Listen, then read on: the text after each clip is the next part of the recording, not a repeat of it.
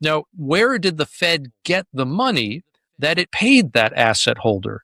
The Hmm. Fed created it in the action of purchasing that asset. So when I say the Fed is a magical checking account, that's not just me trying to be pejorative or comical here. The account has a perpetual zero balance. There is nothing in it. So when the Fed writes a check, the money is created. What's going on, everyone? Welcome back to the channel. Today we're breaking down EJ Anton, chief economist at the Heritage Foundation, explaining why the Fed just restarted money printing on December 12th and what this means for gold and silver prices moving forward. He's not holding back on how the Fed's magical checking account actually works and why this could be the catalyst precious metals have been waiting for. You're going to want to stick around for the full breakdown because what he reveals here goes way deeper than most people realize. Drop a comment and let me know where you're watching from. All right, let's jump into it. This was something that literally you and I talked about, not that long ago, right? We were looking Right, at on my side. the financial plumbing, and we said, the Fed is going to have to stop QT soon. And they did. They stopped it on December 1st. And then we said they're going to have to restart QE in months, maybe even just weeks. And sure enough, today, the 12th, was the first day of asset purchases. In other words, we're back to money printing. How And about that? it has nothing to do with the labor market, has nothing to do with inflation. This is all because of the monetary framework that the Fed created in March of 2020. And kind of, yeah, I guess you could say the chickens have come home to roost, right? Yeah. The market has really boxed them in. And Powell even admitted this, right? In the press conference, he talked about how the interest rates in some money markets were basically just getting too high. In other words, the Fed wasn't able to control those interest rates, and so the market just forced the Fed's hand. And now the Fed is having to do all this liquidity injection via the purchase of Treasury bills. So it's something that we've been looking at for a very long time now. We knew the writing was on the wall over a year ago because of what was happening with reverse repurchase agreements and some other parts of the money markets. And we've just been watching it very, very closely ever since. And it happened pretty much right on schedule. So we're gonna continue to keep an eye on this and all of the upward pressure that it's going to put on things like precious metals. It was quite a, it wasn't like you said, it wasn't a surprise uh, to the folks like you. And like you said, the discussion we had at TF Metals Report a few weeks back, that this plumbing was getting a little tight. Hmm. I guess the surprise came for the market because we had this explosive move into precious metals during the press conference and then into Thursday the 11th. We're giving some of that back here as we record this on Friday, but whatever, that's nothing new. Um, EJ, the question, I don't want to make it just a question of semantics, but I see this argument out there about, well, it's not QE, it is QE. It is a liquidity injection. No, it's not. They're monetizing the debt. No, they're not. Where do you fall in all this? Well, at the end of the day, what I really care about are the effects. Forget the nomenclature, and this is Right. part of the problem with using all these euphemisms, right? It's that Mhm. they can mean whatever they want to whoever wants it. So let's put the euphemisms aside for a second, and let's look at the actual mechanics of what the Fed is doing, because that will inform us as to what the effects of those actions will be.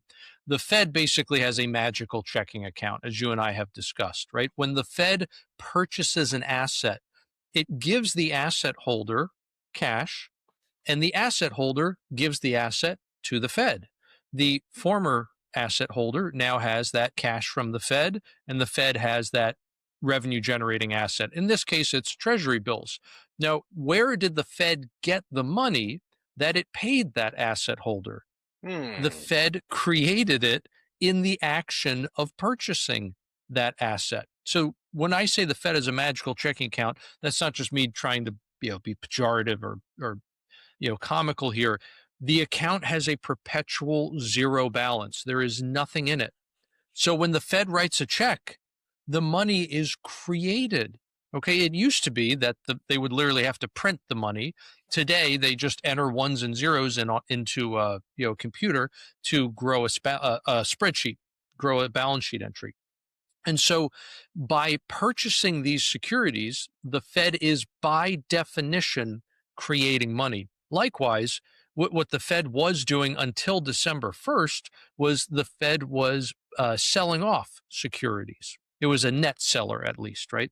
So that meant that the Fed would say to you, look, I'm going to give you this Treasury bill, note, bond, or maybe even agency debt, like a mortgage backed security, whatever the case may be. I'm going to give you this revenue generating asset. You're going to give me cash. So now you are the asset holder, and now I at the Fed have the cash. Except as soon as the Fed received that cash, what happened to the cash? It disappeared. It was extinguished because, again, this account at the Fed must have a perpetual zero balance. And so by selling assets, the Fed was extinguishing money. By buying assets, the Fed is by definition creating money. This is the moment that changes everything for gold and silver. When EJ Anton revealed the Fed restarted asset purchases on December 12th, active money printing again, precious metals exploded during Powell's press conference. This isn't about inflation or labor markets. The Fed is completely boxed in by their own monetary framework from March 2020. Here's what you need to understand about the magical checking account. The Fed creates money the moment they purchase an asset. The account has perpetual zero balance. When the Fed writes a check, the money is created. Every Treasury bill they buy, $40 billion a month right now, that money didn't exist 5 seconds before. Not borrowed, not taxed, literally created through a spreadsheet entry. When the Fed does quantitative tightening, they extinguish money. By buying assets, they're creating money, period. The supply of dollars increases relative to fixed assets like gold and silver. Basic economics. The relative price of metals goes up, while the purchasing power of each dollar goes down. Call it QE, call it not QE, call it money printing, call it asset management purchases. Use whatever euphemism they want or you want, whatever the case may be. At the end of the day, it is creating money. Full stop. All right. So what are the effects of that? It's pretty simple. Econ 101. You are increasing the supply of money relative to the supply of fixed goods like gold or silver, let's say, or I don't care if it's platinum. It could, in fact, it could even be another object. It could be a car. It could be the number of cars, right? Yeah. It could be the amount of services in the economy, whatever the case may be. When we say fixed, we just mean fixed at the moment. All right. Because obviously you can go out and you can mine more gold. It's happening all the time. The supply of gold is increasing. Obviously, the demand of gold is increasing faster, hence the increase in price. But whatever the case may be, you are increasing the quantity of money relative to the quantity of products and services that money can buy. That means that you have increased the relative price of those products and services, but you have decreased the relative price of that money. Yep. So what happens when you decrease the price of money? This is kind of confusing for a lot of folks, actually, because we think about money as the way we price things. So how does money have a price? It's just like well, let me put it this way. One of the functions of money is that it's a yardstick. Okay. It tells you how much of something you need to get something else. How many dollars do I need to buy an ounce of gold? Well, if you shrink a yardstick, you will need more yardsticks to cover the same distance. If all of a sudden a yardstick goes from 36 to 30 inches, you will need many more of them to cover, at whatever distance it is, a city block, a mile, a length of a football field, you name it. You just need more because you've shortened them. That's what you're seeing with the dollar. As the dollar is worth less, its length as a measuring tool goes down. So now you just need more of them to cover the same distance. In other words, you need more dollars to buy the same ounces of gold or the same number of cars, to buy the same number of services. Let's say you have somebody preparing your tax return for you. They're providing you that service. You're going to need to pay them more dollars now, not because the service got better, but because the dollar got worth less. Correct.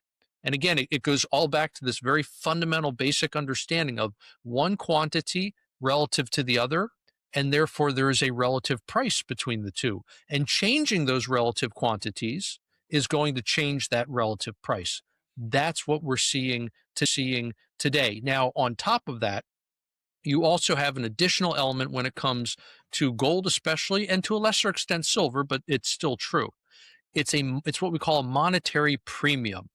And because we see gold and silver as essentially having a special monetary value, not only because they were literally money in the past, but there's also the possibility that they might become money again in the future. This is the same speculative aspect that gives Bitcoin literally all of its value, or at least nearly all of its value. This means that currency debasement, or the relative decline in the value of currency, is actually going to give gold, silver, anything with a monetary premium an additional increase in its price. And sure enough, that's what we have seen the last several years.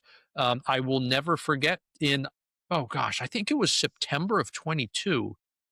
Wall Street Journal had a headline that said gold loses its status as safe haven, and Right. I think it was like Right. 17 or 1800 bucks an ounce. And thank goodness I made the call to get into gold when it was, I think, just over 1800. Maybe it was like the very beginning of 2023, January of 2023, and obviously it's done incredibly well since then. So, yeah. Because the writing was on the wall of what was going to happen to currencies relative to other prices, especially anything with a monetary premium, and Mhm. that is very likely set to continue. Here's where it gets more interesting. EJ uses this brilliant yardstick analogy. Money is a yardstick. It tells you how many dollars you need to buy an ounce of gold. If you shrink that yardstick from 36 inches to 30 inches, you need more to measure the same distance. That's exactly what's happening to the dollar. As the Fed creates more dollars, each dollar is worth less. You need more dollars for the same ounce of gold. This is why gold went from 1100 10 years ago to 2200 5 years ago to over 2600 today. The gold didn't change, the yardstick changed. With 40 billion in new money monthly, that yardstick keeps getting shorter. But there's another layer. Gold and silver have a monetary premium. They were literally money in the past, and they might become money again. This same speculative element gives Bitcoin value. Currency debasement makes gold more expensive and gives it an additional boost because people recognize its monetary properties. Since January 2023, gold was $1,800. Anyone positioned in gold has been rewarded massively. Make that excellent point. I mean, it's about supply and demand of the dollar. In you got the old supply and demand curves, right? And you increase the supply, well, actually, maybe subsequently decreasing demand. That's another part of the equation we'll have to talk about sometime. You lessen the value, and it's not that gold's gone up in price and now is expensive. It just took $1,100 to buy an ounce of gold 10 years ago. It took Hmm. 2,200 5 years ago, and now it takes 4,400. Hmm. The gold's the same. It's Right. the amount of dollars it takes. EJ, And you bring up a go ahead, really good point, if I may, just real quick on please. the demand side of this. What, the United States made a huge policy mistake that has really weakened the dollar since then. And it was when the U.S. government, made the decision to seize any Russian assets that were dollar denominated. So to be 100%. clear, these were not American assets. These were assets owned by the Russian central bank and by the Russian people. And the United States decided, in a completely unprecedented move, to confiscate them. And this is something that didn't even happen during the Cold War with the Right, Soviets. right. The consequence of this was leaders around the globe, not universally, but there were plenty of them, who said, you know what, we don't think the dollar is a safe asset anymore. And that created an existing trend of dumping the dollar in exchange for things like gold as central bank reserves. Yep. And that continues to this day, especially in very large economies like China, where their asset purchases in terms of gold, the gold reserves they're bringing into the country are basically continue to set records or are near record highs. And all of that represents a shift in demand, as you articulated, away from dollars and towards gold. So you have simultaneously an increase in the quantity demanded and a decrease in the a decrease in the quantity demanded, an increase in the quantity supplied, Yeah. both of which are going to put downward pressure on price. And that's what we've seen. Now the demand side. EJ mentioned something critical. The US made a huge policy mistake that weakened the dollar, seizing Russian dollar-denominated assets. Unprecedented. Even during the Cold War, the US never confiscated foreign central bank reserves. Global leaders looked at that and said, the dollar isn't a safe asset anymore. This accelerated central banks dumping dollars and buying gold. China brings in gold reserves at record levels every month, consistently. This is a massive shift in global reserve management away from dollars towards hard assets. You have two forces hitting the dollar. Supply side, Fed creates 40 billion new dollars monthly. Demand side, foreign central banks reduce dollar holdings and buy gold instead. Supply up, demand down. Both put downward pressure on dollar value and upward pressure on gold prices.